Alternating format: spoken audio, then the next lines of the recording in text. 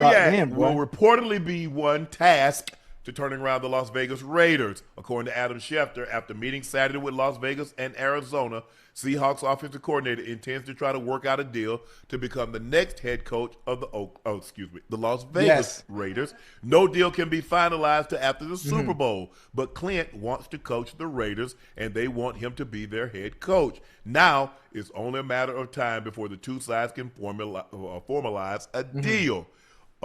It seems to be the going rate is somewhere between 5 and 7 years. You're probably looking at somewhere between $8 and $12 million Yep. For dollars. Kubiak, it would be 12, Uh, but okay. yeah, you like because if I'm not mistaken, didn't the Cardinals already had Cardinals hired Mike LaFleur, Yep. right? Yep. Mr. Fleur got Okay, hired. but so you like this Klint Kubiak I to mean, the I Raiders. love Klint Kubiak to the Raiders, but the whole problem is the players, it's the situation, it's the quarterback. I mean, the uncertainty. Obviously, Mendoza's probably going to be the first one taken, but you need more Mm-hmm. pieces than just that. Especially with Kubiak coming from, it's easy for you to be able to do your job based on where you are because of what you have with your personnel.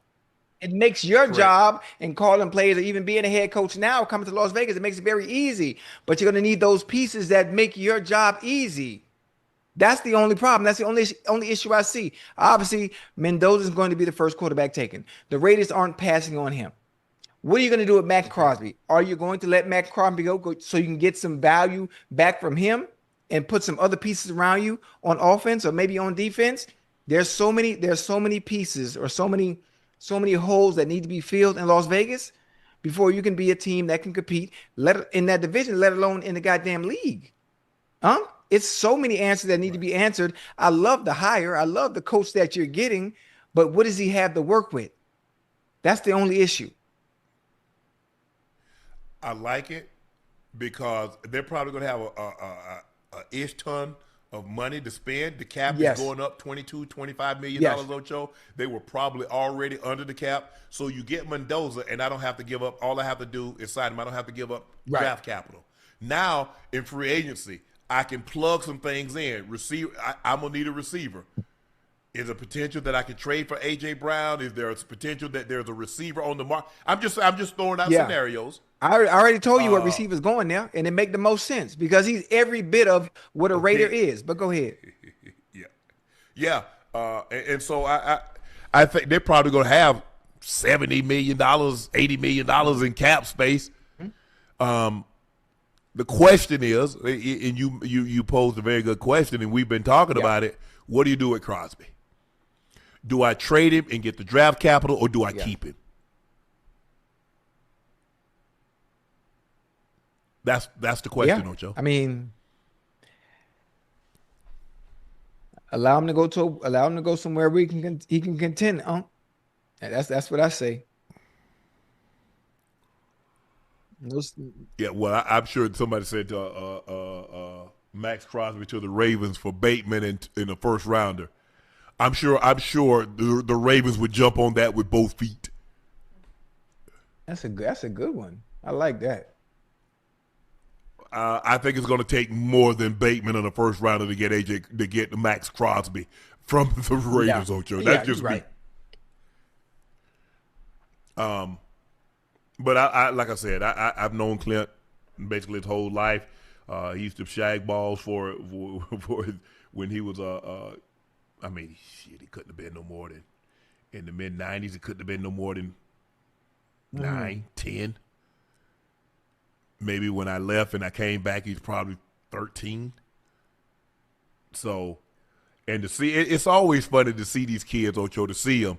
To see Christian McCaffrey, to see what he came in because he was a little kid sitting on my Yeah, lap at the Super Bowl 33, and now to see that he's one of the best players in the that's crazy. NFL.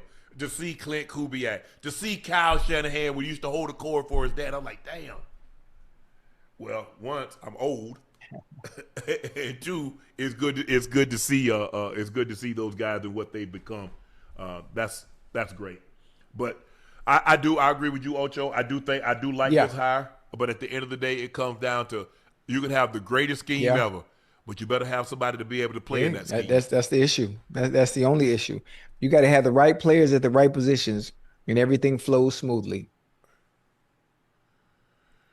Oh, and Sam Darnold sits one win away from a legendary comeback. Former Jets Mike McGowan, who drafted him, spoke out for the first time since 2019. I was always kind of sad that Sam wasn't able to fulfill that potential in New York. That's where he started his journey, and in an ideal world, he would have finished it there. But if it wasn't meant to be, he had to go on his own journey to grow and develop in different places. It makes me feel good that he's fulfilling his potential. It's not necessarily vindication in our business. When you see something and it turns out the way you envision it, it makes you feel good. I think every scout probably feels that way.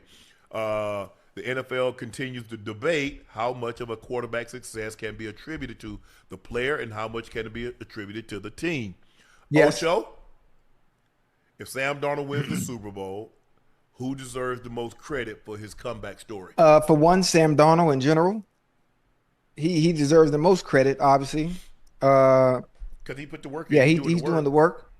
And probably the Seattle Seahawks. The Seattle Seahawks is a well-run organization. They are a winning organization. They've been a winning organization from top to bottom for a very long time. They've always been in contention. They've won Super Bowls. They've been to two, going to a third. Wait, no, they've been maybe to more than that. I'm just that I can Yes. remember. Since I've been around. Obviously, they've been to, This is their this will be they lost to the yes, Steelers, they beat the beat the Broncos. Broncos, they lost to the Patriots. They're This is their fourth. fourth. Yeah, I mean, obviously, okay, winning organization, in general. So the onus, and where I always say it doesn't matter what round you get drafted. The most important part is where you go. It's Where it, you that go. that It's not how high, it's Yeah, and where. that's exactly what happened. And obviously, Sam Darnold had to go through a journey in a sense. Going high to the New York Jets, which have been an organization that hasn't done right by quarterbacks in a very long time, and still, Hell, they ain't done right by a whole hey, lot of it people. Look at Big Leonard yeah, and Williams. still to this day, nothing is going right for them. And obviously, he goes to an organization like the Seahawks, and look what happens. Here, same shit, same thing with Minnesota, which I'm not sure how they let him out that door, but God saw favor in him over in Seattle, Great coaching, and great a structure, top to bottom, organizationally. top to bottom. That's That's crazy. important. That's That important. And I don't think people realize how important sometimes it's hard to overcome dysfunction in an organization because normally it's at the hmm top and it permeates itself throughout the building. So you can have the best coaching situation and with the best intentions, but they'll just Yeah. contaminate, make everything a cesspool. And unfortunately, that's what the Jets are. Damn. And I hate that for my boy AG, but Mm. I And they, mean, they put you in situations that are not advantageous and want you to make a miracle. They want you to turn water into wine.